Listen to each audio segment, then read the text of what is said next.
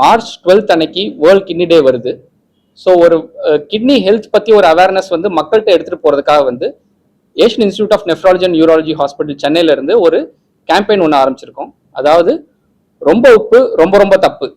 So உப்பு அதிகமாக எடுத்துக்கிறதுனால kidney மட்டும் இல்லாமல் உடம்புல என்னென்னலாம் பிரச்சனை வரும் அப்படின்றத மக்கள்கிட்ட எடுத்துகிட்டு போகிறதுக்காக இந்த கேம்பெயின் நாங்கள் பண்ணுறோம். ஸோ இந்த கேம்பெயின் முன்னிட்டு எங்கள் ஹாஸ்பிட்டலுக்கு 12ஆம் தேதியிலேருந்து 31ஆம் தேதி வரைக்கும் வர பேஷண்ட்ஸ்க்கு வந்து நாங்கள் பிளட் ப்ரெஷர் செக் பண்ண போகிறோம். அது மட்டும் இல்லாமல் கிட்னியில் எதுவும் பிரச்சனை இருக்கா இல்லையா அப்படின்னு பார்க்கறதுக்கு பிளட் டெஸ்ட், யூரின் டெஸ்ட் இது எல்லாமே பண்ண போகிறோம். ஸோ மக்கள் வந்து இந்த கேம்பெயினை யூஸ் பண்ணிட்டு வந்து அவங்களை டெஸ்ட் பண்ணி பார்த்துக்கிட்டு கிட்னியில் எதுவும் ப்ராப்ளம் இருக்கா இல்லையா அப்படின்னு பார்த்துக்கிறது நல்லது. அப்படியே கிட்னியில் பிரச்சனை இருக்கு அப்படின்னா ஆரம்பகட்ட நிலையில நம்ம கிட்னி பிரச்சனை கண்டுபிடிச்சிட்டோம் அப்படின்னா அதுக்கான வைத்தியம் எடுத்தோம் அப்படின்னா ரொம்ப ஜாஸ்தியாக கிட்னி ப்ராப்ளம் ஆகாமல் தடுக்க முடியும். ஸோ ரொம்ப ப்ராப்ளம், அதாவது ஜாஸ்தியாக கிட்னி ப்ராப்ளம் ஆனாதான் டயாலிசிஸ் இந்த மாதிரியான வைத்தியம்லாம் தேவைப்படும். ஆரம்பகட்ட நிலையில உங்களுக்கு தொந்தரவே இல்லைனாலும் கிட்னி ப்ராப்ளம் இருக்கு நம்ம கண்டுபிடிச்சோம்னா எஃபெக்டிவான ட்ரீட்மெண்ட் பார்க்கறனால வந்து பேஷண்ட்ஸ் கண்டிப்பாக நல்லா இருக்கலாம். So it is about the quantity madam, not the quality. So pink சால்ட்டா இருந்தாலுமே 5 கிராம்ஸ் கீழே எடுக்கிறது நல்லது. ஸோ பிங்க் சால்ட்ல இருக்க சில அட்வான்டேஜஸ் என்ன அப்படின்னா அதுல இன்னும் கொஞ்சம் சில மினரல்ஸ் இதெல்லாம் இருக்குன்னு சொல்றாங்க. Total sodium content when compared to the normal table salt கொஞ்சம் கம்மியா இருக்கிறதாவும் சொல்றாங்க. பட் ஸ்டில் பிங்க் சால்ட்டா இருந்தாலுமே நிறைய எடுத்துக்க முடியாது. So at the end of the day the importance is for the quantity, not just the quality. என்னோட ஃபோக்கஸ் அகைன் டோட்டல் குவான்டிட்டியில ஃபோக்கஸ் பண்றது நல்லது மேடம். ஸோ குவாலிட்டி வைஸ் பெரிய ப்ராப்ளம் நம்ம பேஷண்ட்ஸ் யாருக்குமே இருக்கிறது இல்லை. நம்ம ப்ராப்ளமே வந்து நம்ம நிறைய எடுக்கிறது தான்.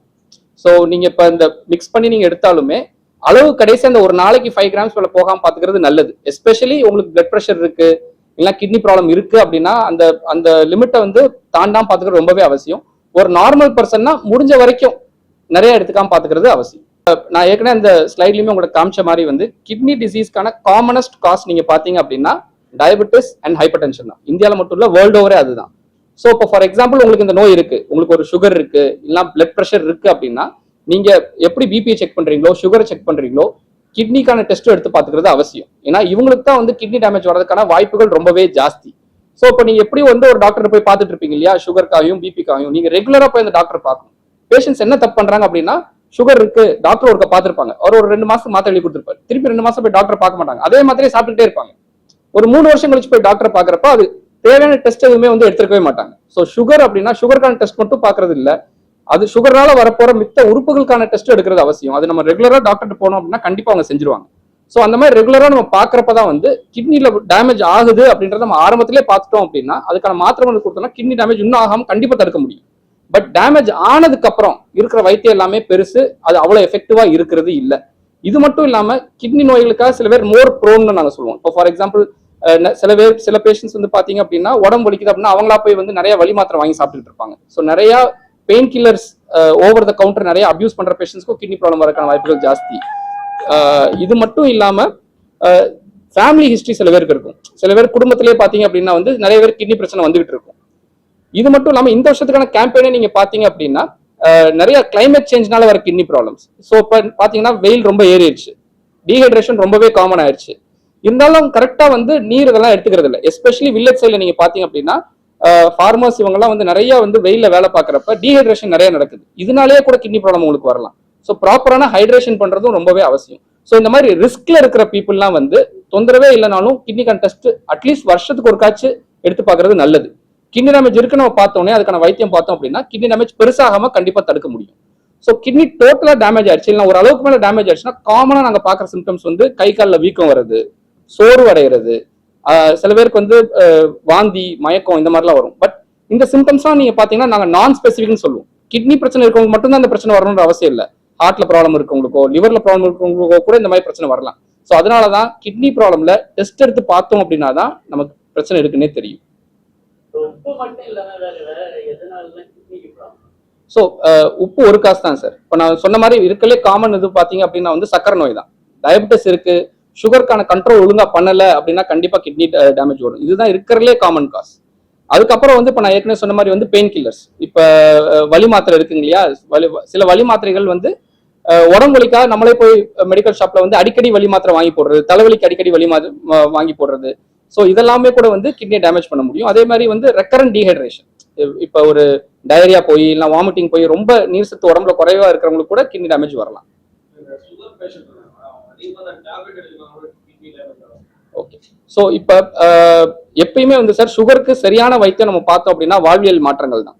ஸோ அந்த டயட், எக்ஸசைஸ் இதெல்லாம் நல்லா பேஷண்ட் பண்ணாங்க அப்படின்னா வந்து மாத்திரையே எல்லாம் கூட மேனேஜ் பண்ண முடியும். பட் நிறைய பேருக்கு இது மட்டுமே பத்துறது இல்லை.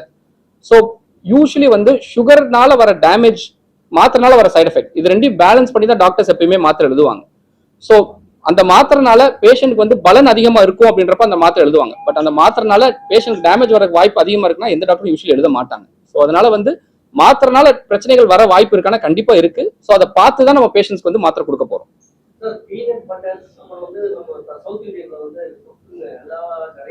1 in 3 போய் நிக்குது. ஸோ அப்போ 1 in 3 ஹைப்பர் டென்ஷன் ஆகிற அவன் நிறைய பேர் இப்போ ஓபியில் வந்தோடனே பிபி பார்த்துட்டு வருவாங்க. சார் உங்களுக்கு பிபி கொஞ்சம் அதிகமா இருக்கு, ஃபர்ஸ்ட் ஹாஸ்பிட்டலுக்கு வந்திருக்கேன்ல சார், 2 நாளா கொஞ்சம் ஸ்ட்ரெஸ் சார், டென்ஷன் சார், இதெல்லாம் வந்து உங்க பிபி ஏத்தாது. அதெல்லாம் உங்களுக்கு பிபி ஏத்துதுன்னா யூஆர் ஹைப்பர் டென்சிவ். அதை வந்து அக்செப்ட் பண்ணிக்கிறதே மக்களால ஏத்துக்கவே முடியுமா? அது எப்படி என்ன ஒரு ஹைப்பர் டென்ஷன் சொல்றாங்க அப்படின்னு நான் பாத்துக்கிறேன். இதுதான் first stage of hypertension. யாராவது சொன்னோம்னா டினையல் தான், அது எனக்கு வந்திருக்காது அப்படிங்கிறது தான். ஸோ நீங்க கோர் பேஸுக்கு போகணும் அப்படின்னா நாம எந்த பேஸ்ல போய் எங்கிருந்து ஆரம்பிக்கணும்னா we have to start from children, from lifestyle, from what we eat அப்படிங்கிறது தான்.